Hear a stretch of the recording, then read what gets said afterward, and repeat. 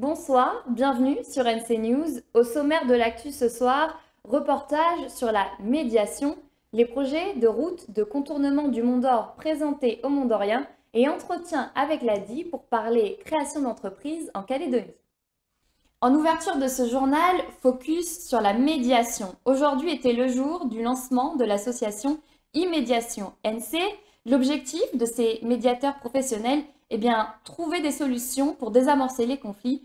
Plus de détails avec Titouan Moelle. C'est à l'Université de la Nouvelle-Calédonie, au site des ateliers, au sein du département de droit, économie et gestion, que l'Institut de médiation e-médiation NC a ouvert ses portes cette semaine. Une association regroupant plusieurs diplômés de la première formation universitaire de prévention et règlement des différends, qui a pour but de faire connaître et favoriser la médiation, qui se veut une manière efficace et rapide de résoudre à l'amiable des conflits, qu'ils soient d'ordre professionnel, de voisinage, voire familiaux. Nadège Meyer, présidente de l'Institut de médiation de Nouvelle-Calédonie et spécialiste en droit du travail, et plus particulièrement en négociation collective, nous en dit plus. Alors qu'est-ce que la médiation? La médiation, c'est un processus où les parties qui sont en conflit, en litige, vont se rencontrer avec un médiateur. Le médiateur est une personne qui est neutre, qui est indépendante, donc qui n'a pas de lien avec les parties, qui n'a pas de parti pris dans leur litige et qui va les aider à trouver à ce qu'eux-mêmes trouvent la solution à leur conflit, à leur litige. Et notamment, donc, il va le faire en essayant de rétablir la relation qu'il y a entre eux. Donc ça va leur permettre de sortir de leur position pour comprendre les besoins de l'autre partie, les intérêts que défend l'autre partie et donc de trouver leur propre solution. L'association propose notamment d'animer des séances de médiation gratuites à toute personne ne pouvant financer ce type de service. Cette initiative devrait notamment permettre de désengorger les tribunaux où certains dossiers pourraient être réglés plus facilement si les deux parties acceptaient de s'asseoir autour d'une table pour discuter.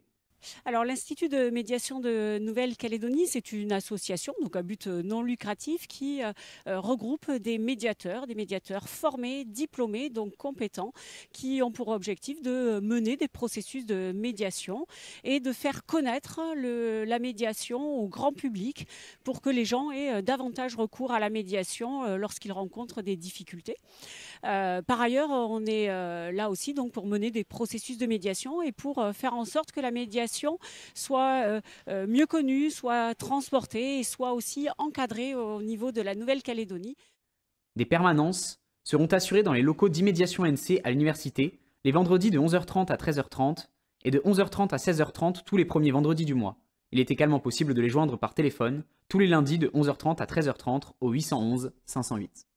Les Mont-Doriens l'attendent depuis longtemps. La province Sud a présenté l'étude de faisabilité de la route de désenclavement du Mont d'Or à l'association Citoyens Mont-Doriens. À son tour, l'association a décidé de présenter ce soir au Vallon d'Or au public les 5 trajets possibles. Reportage d'Adrien Monroux. Pour éviter les accidents, mais surtout les blocages fréquents au niveau de la tribu de Saint-Louis, l'association Citoyens Mont-Doriens attend impatiemment la création de la voie de contournement. Son président Florent Perrin nous présente les résultats de l'étude de la province Sud au niveau de la faisabilité du projet.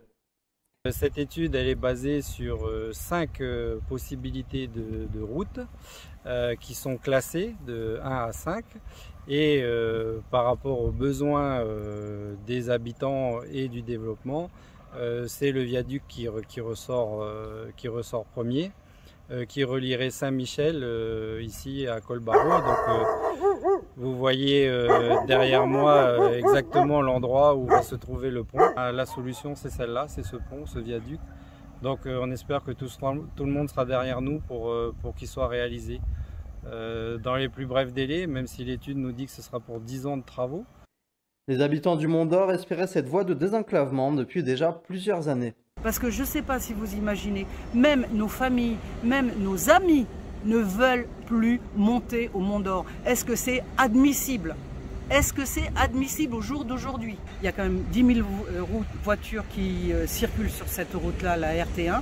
Donc il y a des bouchons incommensurables. Dès 5h30 du matin, vous êtes arrêtés, les voitures ne roulent plus à 5h30 du matin au parking de la Coulée. Donc on met 2 heures pour faire 30 km. Donc voilà, un des gros problèmes. Et le deuxième, bien sûr, c'est Saint-Louis. Parce que même en période calme, on passe Saint-Louis toujours avec la peur au ventre. Tout le monde le sait, les problèmes qu'il y a sur Saint-Louis, notamment, et de façon à ce que les gens puissent aller travailler, aller emmener les enfants à l'école, revenir sans avoir à se poser trop de questions et en naviguant en toute sécurité.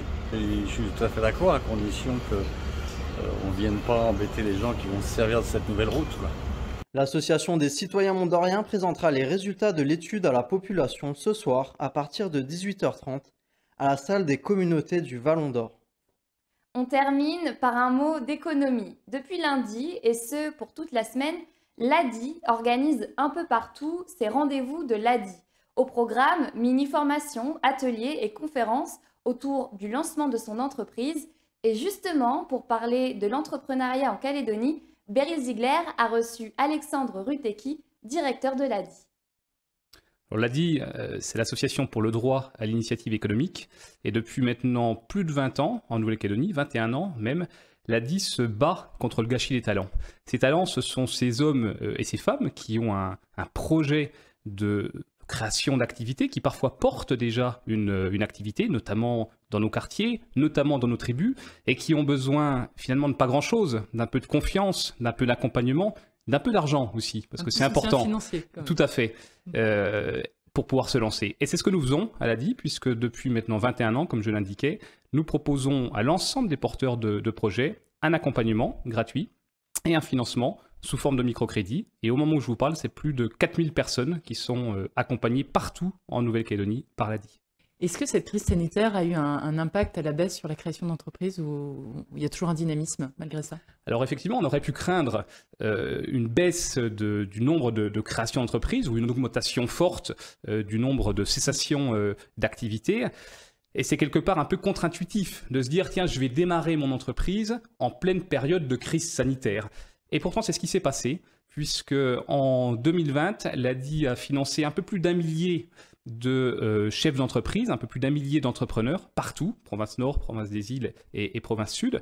Et c'est une activité qui est en hausse sensible par rapport à l'année 2019, puisque c'est un peu plus de 10% de croissance.